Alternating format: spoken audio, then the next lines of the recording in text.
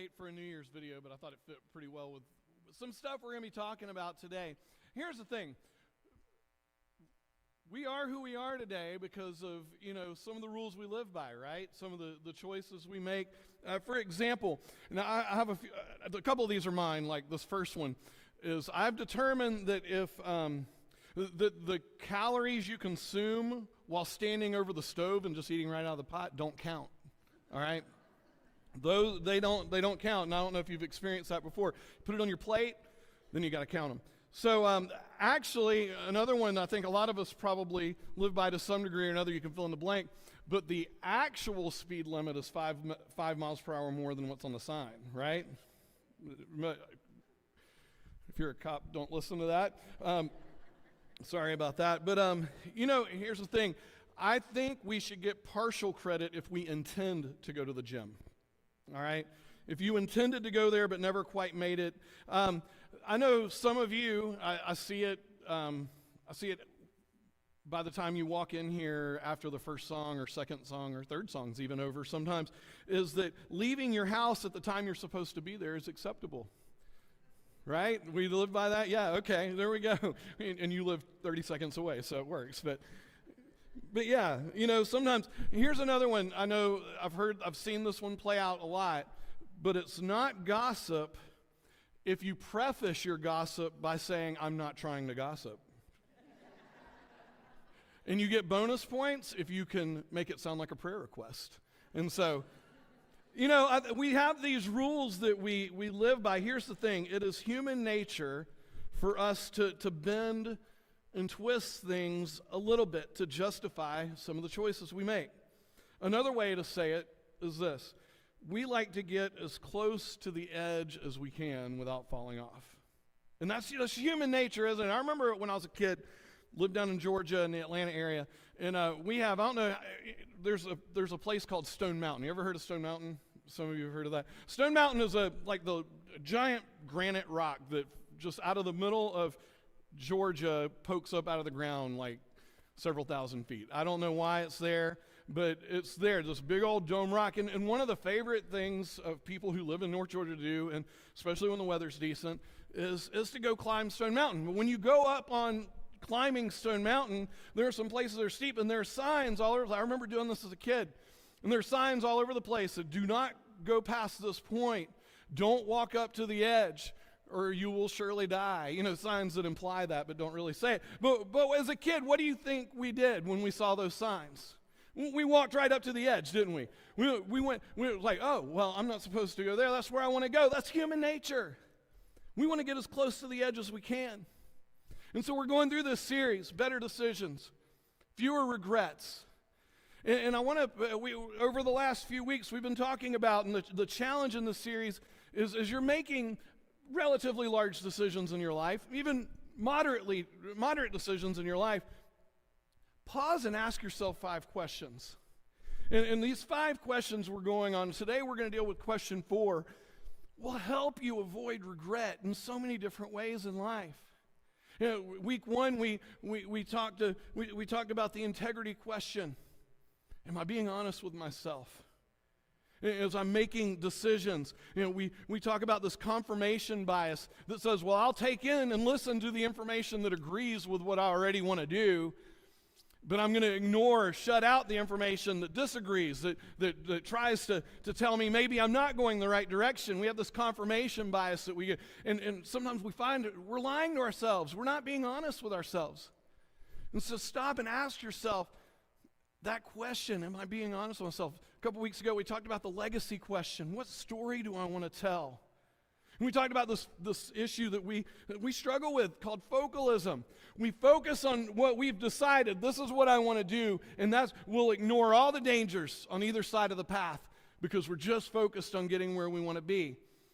And we don't ask this legacy question and say, wait, what story do I want to tell at the end of this? What do I want my legacy to be? Last week we talked about the conscience question. Is there a tension that deserves my attention? We talked about time pressure. How we've got an opportunity comes up. I've got to decide right now or I'm going to miss the opportunity. Someone else puts the pressure on you. I need an answer right now or I'm going to have to move on and leave you behind. And we feel hurried. We feel rushed. this time pressure, instead of taking the time and saying, no, I need to think this through. I need to ask my questions if I don't want to regret this later. And it leads us to today, this fourth question we call the maturity question. What is the wise thing to do? For most people, and I would say most, if not all of us in this room, could say that we have these lines, these standards that we want crossed, that guide us in our decision making. In other words, we have rules that we live by. Many of those rules were ingrained in us, maybe by our parents, maybe by our faith, by church. Maybe a preacher, a teacher, Sunday school teacher helped ingrain some of these rules in us, the things we've read in the Bible or whatever. We also have rules that we've set for ourselves, these standards that they're based on our life experience. But I want to tell you this, there's something else at work for us. Besides just those standards, those rules, we have what some would call unexamined assumptions. And you have them, I do too. We have these unexamined assumptions. In other words, like I can drive X number of miles per hour over the speed limit and be fine. Because I've done it my whole life. I've always driven 5 or 10 or whatever your number is over, and I've never gotten pulled over before. It doesn't mean you're not breaking the law, right? But it's like, well, I'm safe there. That's an unexamined assumption. We have others. Like, well, I can be a few minutes late. It's not a big deal. I can have one more drink. It's not going to hurt anything. I can eat that extra piece of pizza. I can flirt with him or her at the office. That's not going to be a big deal, right? Just a little bit. We have these unexamined assumptions because, well, they've never hurt us before. It's not a big deal, right? These are things that walk us up to the edge of disaster. And our assumption is that we're going to be fine because, well, it's been fine always in the past, right? We'll tell ourselves, well, if it's not wrong, it's all right. If it's not illegal, then it's permissible. If it's not immoral, then it must be acceptable.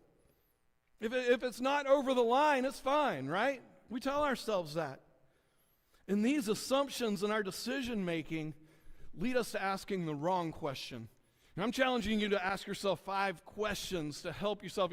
But these assumptions in our life cause us to ask the wrong. We'll ask this question. We'll say, well, is it wrong? And asking that question always leads to another one. How did I get myself in this mess? Right? And we've been there. Well, it wasn't wrong, and I took one little step, and then I took another one. And you see, asking these wrong questions lead us to that place of regret. It's our way of seeing how close we can get to the edge without falling off. But I'm challenging you today to consider the maturity question. It's going to take you in a completely different direction. What is the wise thing to do? Not is it wrong, can I get away with it? But what is the wise thing to do in any given situation? The Apostle Paul deals with this in Ephesians chapter 5 a little bit. And if you have a Bible and you want to read along, go ahead and turn there. It's going to be on the screen as well. But Ephesians 5, starting in verse 15. I want you to look at this with me. It says, "Be very careful then how you live, not as unwise, but as wise, making the most of every opportunity because the days are evil. Therefore, do not be foolish, but understand what the Lord's will is. Do not get drunk on wine, which leads to debauchery. Instead, be filled with the Spirit, speaking to one another with psalms, hymns, and spiritual songs from the Spirit. Sing and make music from your heart to the Lord, always giving thanks to God the Father for everything in the name of our Lord Jesus Christ." And guys, what I'm hearing Paul say here is simply this. A decision can be both not wrong and unwise at the same time. And I want us to start there today. This fourth question that we're asking today is a critical one to ask. If you want to greatly reduce the regret that you experience in your life, here's something that I know is true for every single one of us. Look at this statement. Look at this next statement. The point of regret is always preceded by a series of unwise decisions. When we experience regret in our life, it is always preceded by a series of unwise decisions. The thing is this: nobody finds themselves in the grip of addiction after just one drink. There's an entire path of decisions that led up to that moment when someone realizes they're in trouble. Nobody finds themselves caught up in an affair that destroys their family after just one seemingly innocent moment of flirting in the office. That affair started in a moment like that, and it grew into a disaster because of a series of decisions to get closer and closer to the edge over time. What's the last thing, parents? What's the last thing you say to your kids when they leave the house? Just be careful, right? Be careful. Use your head. I love you. Why do we say that? Why when our kids are leaving the house, why don't we say things like, well, make sure you go as fast as you can without getting caught? Why don't we say that? Or, I want you to go out, and I want you to drink enough but not get too drunk, right? We don't say that, do we? Because we don't want our kids to simply avoid disaster. We want our kids to make decisions that are full of care. Be careful. We want them to use wisdom. We don't want them to get even close to the edge. Yet here we are in our own decision making, allowing ourselves to walk right up to the edge over and over again. Today, as we consider the maturity question, what is the wise thing to do? I want to take a moment before we jump into this and examine a story from the Old Testament. Now, this story we find in the book of Genesis. Okay, chapters 25 and 27 to be specific. But I'm not going to read it. I just kind of want to give you the highlights of the story. It's about two boys named Jacob and Esau. Now, we have to go back to the beginning and understand where this story comes from. It starts with a man named Abraham, who is the one that receives this promise from God, has this covenant with God established. God says, from you, Abraham, I'm going to bring forth a great nation. Your descendants will be as many as the stars in the sky, the sand on the seashore. And so Abraham and his wife Sarah, they have a baby in their old age. They name him Isaac. And so Isaac grows up. Now Isaac, as he gets older, he finds and grows up, he finds this woman named Rebekah, this girl he wants to marry. He marries Rebekah. Him and Rebekah find out they're going to have a child. And then they realize they're not going to have just one child, they're going to have twin boys. And so these twin boys, it comes time for them to be born, and Esau is born first, and that's important. That's important for you to hear with this story. Esau is born first, but it says Jacob came right after him. It says he was holding on to the heel of his brother. And they're born immediately, one after the other. Esau first, and then Jacob. Well, as the boys grew up, they grew up in two totally different ways. It said that Esau was an outdoorsman. He liked to hunt. He was rough, he was hairy, and because he was always outdoors, his skin was rough and red. It smelled like the outdoors, but his brother Jacob liked to take care of the tents, I guess. He wanted to stay near home. It says that his skin was smooth, he wasn't hairy at all. Two totally opposite personalities. And the Bible says that Isaac favored Esau. That was his favorite, the outdoorsman. But Rebekah, their mom, favored Jacob. Well, one day Jacob's at home and he's made this pot of stew. And Esau had been out hunting and he comes in, he's famished. He uses the word, I'm starving. I'm going to die if I don't get something to eat. So Jacob sees an opportunity. Now, before I go any further with the story, I mentioned before that Esau being born first was significant, important. And here's why. In that culture, in that world, there were two things that happened if you were the firstborn son of a family. You received the birthright of the family. That was the first thing you received. And here's what that birthright is. The birthright means you get a double portion of the inheritance. So whoever was born first, that means Esau, being born first ahead of Jacob, had the right, was going to receive the birthright of his family, receive a double portion of the inheritance, but he was also going to receive a blessing from his father. And with this blessing came a charge, a call on God that one day Isaac would say, Esau, our family is going to flow through you. When I die, you're going to become the caretaker of our family. The name of the family, the bloodline of the family will flow through you and your descendants. So being the firstborn was a big deal. Well, Esau, being hungry, comes in and Jacob sees the opportunity and says, I'll tell you what, you can have a bowl of my stew if you'll sell me your birthright. Esau says, I am starving, give me a bowl, you can have the birthright, it's fine. I'm an outdoor guy anyway, I don't need all this stuff. Now think, is there a chance that maybe that's an unwise decision? Okay, just remember that. Keep that in the back of your mind. Well, some time passes. Esau realizes he's probably done something kind of stupid in selling his birthright for a bowl of stew, but that's what he's done. Well, the time comes where Isaac's getting old in age, the dad. And he knows his time is near when he's going to pass away. And his vision has gone bad, and he's bedridden. And so he calls his oldest son Esau to him and says, I'm going to give you your birthright and your blessing. But at first, I need you to go out. I want you to go out and hunt some of the game that you love to hunt. And I want you to make me some food and bring it to me, and then I'll give you your blessing. Well, Jacob and Rebekah overhears this conversation. She goes to Jacob, her favorite, and says, here's your chance. Here's what I want you to do. I want you to go out and I want you to get some skin because your dad can't see, but he can feel. And so we're going to cover your skin with like dried goat skin. It's going to make you feel all rough and hairy. You're going to smell like an outdoorsman. And you're going to go in and we're going to convince your father that you are Esau so that he gives the blessing to you instead of Esau. And so that's how they played it out, and it worked. Jacob goes in, brings his dad a bowl of his stew, and says, here you go, Dad. And Isaac's like, something's not right here.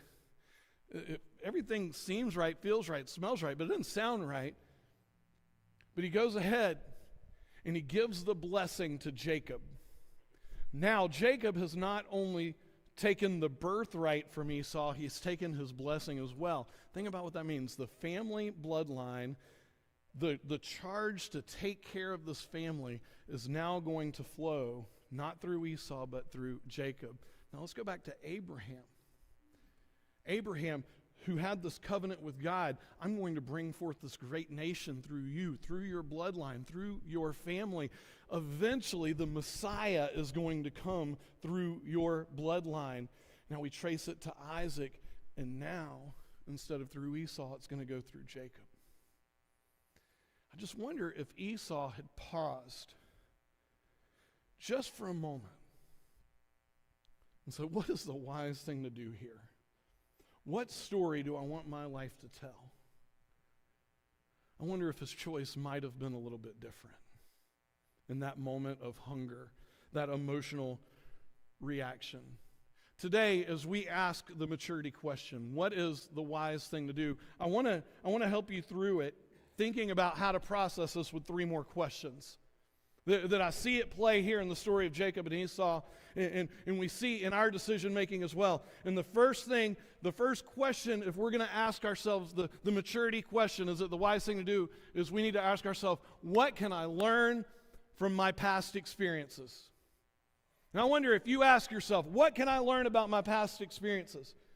What do you know about yourself that can help you make better decisions going forward? I mean, we've all heard sayings like, those who cannot remember the past are doomed to repeat it, right? Fool me once, shame on you. Fool me twice, shame on me. We talk all the time about learning from our past mistakes. Maybe your past tells you that you're irresponsible and impulsive with money. Maybe you're not the one that needs to handle the family finances. Or maybe you need to have someone that you consult before you make big financial decisions. Maybe your past tells you, maybe your family history tells you that addiction has been an issue. And that while we don't see that drinking alcohol is forbidden in the Bible, maybe it's not wise for you to even go near it. Maybe you found that alcohol has a tendency to control you more than you control it. What's the wise thing to do? Maybe you've proven to be drawn to people who aren't good for you because you're easily led down a destructive path, and you need to be careful about who you choose to spend your time with. Perhaps your past experience tells you that you know you lose your temper easily, and you need to take a break before responding to someone in anger, whether we're talking verbal or physical or even electronic, sending a text or an email. Maybe you've been a sucker for get-rich-quick schemes in the past. And this next opportunity that seems like such a sure thing needs a second or third opinion before you pull the trigger. Maybe you need to take a day to sleep on it. The Apostle Paul talks about it like this in 1 Corinthians 10:23. He says, people will say that I have the right to do anything, you say, but Paul says, but not everything's beneficial. I have the right to do anything, but not everything is constructive. And Paul's saying, just because it's not technically wrong, just because maybe it walks up to the edge but not over it, maybe it's still not the wise thing to do. Maybe it's still not beneficial. Maybe it's not going to get you in trouble. It might not be illegal, but maybe it's not the wise thing to do. Here's a second question. When you're trying to stop and ask yourself the maturity question, is it the wise thing to do? Well, ask yourself this: how should I respond to my current circumstances? I'll be honest with you. Most of my regrets stem from how I respond to things in the moment. When I find myself guilty of having an emotional reaction to something, especially when I feel like I'm being wronged in some way. Guys, when you're angry, what's the wise thing to do? When you're worried, what's the wise thing to do? When you're hurt or tired or frustrated, what's the wise thing to do? And the answer is almost always wait. Pause. Take a breath. Take a moment to pray. Take a moment to get a second opinion. Take a moment to see if maybe there's information you're missing. I've said this before, and I believe this is true, and I found it to be true with me. Most of the time, when you find yourself really angry and worked up in a moment, there's information you're missing. Now, sometimes anger is definitely deserved and needed, but most of the time, I find that my anger, if I'll pause for a moment, I can get more context. I'll find out maybe something was reported to me that wasn't 100% accurate, got twisted around a little bit. I'll find out that I don't have all the information, the whole story that would have changed things. That happens so many times when we find ourselves angry or upset and reacting in the moment. Take a minute, pause, pray about it. Proverbs 14:29 says, whoever is patient has great understanding, but one who is quick-tempered displays folly. Guys, the Bible has a ton of verses like that in Psalms and Proverbs, and Jesus speaking in the Sermon on the Mount, in the book of James, Paul's writings, all of his letters, they all talk about this. Taking a moment to pause, not responding emotionally and in anger. Learn how to pause before responding and making big decisions. This is wise. And the third question, if we're going to pause and ask the maturity question, what's the wise thing to do, is ask this question: what are my hopes and dreams? Think about it. Let me ask you a question. Now, I want you, just for a second, I want you to think with me. What do you want? What do you want in your life? What do you want to see happen maybe a year down the road, 5 years down the road, 10, 20, I don't know, tomorrow? What are your hopes and dreams? When you are making big decisions in your life, pause long enough to consider your hopes and dreams. Consider how this decision might impact whether or not you're ever going to be able to realize those hopes and dreams. I started doing this exercise for myself. What are my hopes and dreams? I started off with kind of a general one. I want to honor God with my life. What if with every decision I made, I started asking myself that question? Is this going to honor God? I want my family to be proud of me. Maybe if I pause and ask, is this decision going to make my kids, my wife, my parents proud of me? Maybe you have a financial dream, goal that you have in your life. Pause and ask, is this decision going to help me get there? Maybe you have a career goal, something you're aiming for. Is this decision going to help you get there? I want to make a difference in my community. Is this decision going to help me get there? Do you have hopes and dreams? Is there a vision for your future that you would like to see one day? Guys, when you're making decisions, take time to consider how that decision is going to impact your hopes and dreams. Jesus tells a story. I just want to use this to kind of wrap up today. Jesus tells a story in Matthew chapter 25. It's a parable. And I want to read it to you. And if you want to read along, it's verses 1 through 13. You can read it on the screen. But this is about exactly what we're talking about here. Making wise choices. Ending up where you want to be. And making choices are going to help you get there. Jesus says at the time, the kingdom of heaven will be like 10 virgins who took their lamps and went out to meet the bridegroom. 5 of them were foolish, and 5 were wise. The foolish ones took their lamps, but did not take any oil with them. The wise ones, however, took oil in jars along with their lamps. The bridegroom was a long time in coming, and they all became drowsy and fell asleep. At midnight, the cry rang out, "Here's the bridegroom, come out to meet him." Then all the virgins woke up and trimmed their lamps. The foolish ones said to the wise, "Give us some of your oil. Our lamps are going out." "No," they replied, "there may not be enough for both us and you. Instead, go to those who sell oil and buy some for yourselves." But while they were on their way to buy oil, the bridegroom arrived. The virgins who were ready went in with him to the wedding banquet, and the door was shut. Later, the others also came.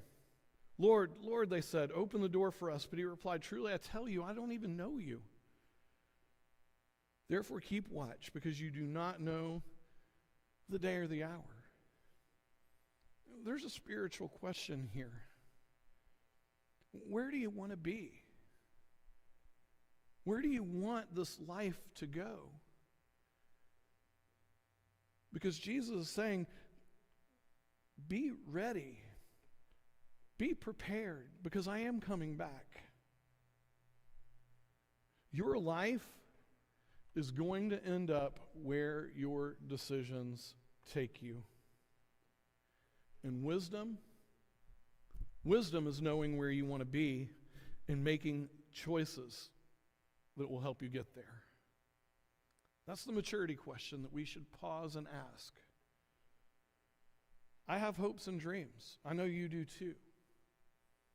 I want to lose weight, and I need to make decisions that are going to help me get there. I want to have a strong marriage, and I need to make decisions that are going to help me get there. I want to be a good leader for Christ Church, and I need to make decisions that are going to help me get there. And guys, I want to spend eternity with my Lord and Savior, and I need to make decisions that are going to help me get there. Now, I know the gift of the grace of God is a free gift. It is. But accepting that gift is a decision that you make. One decision at a time every day. And I'm not saying just because you mess up, you lose yourself. Don't take it that far. That's not what I'm saying at all. But our decision to accept the free gift of grace of God is a decision. And I'm going to ask you a question right now. Have you made that decision in your life? I'm going to ask the worship team to head on up and get ready as we are going to continue in our time of worship. But today it's going to be an opportunity. An opportunity for you to say, am I making wise choices in my life? Am I wrestling with decisions right now that I need to consider what the wise thing to do, what my past has taught me, what my current emotions are telling me, and where I want to be, where I want to end up, what I want my life to ultimately look like and mean? Those questions. What is the wise thing? for me to do in any given situation starts right here in this moment today. Have I given my life to Christ? Have I made Him the Lord and Savior? Have I resigned my desires to His? Because I know He wants to write a better story for me than I can write for myself, and I trust that.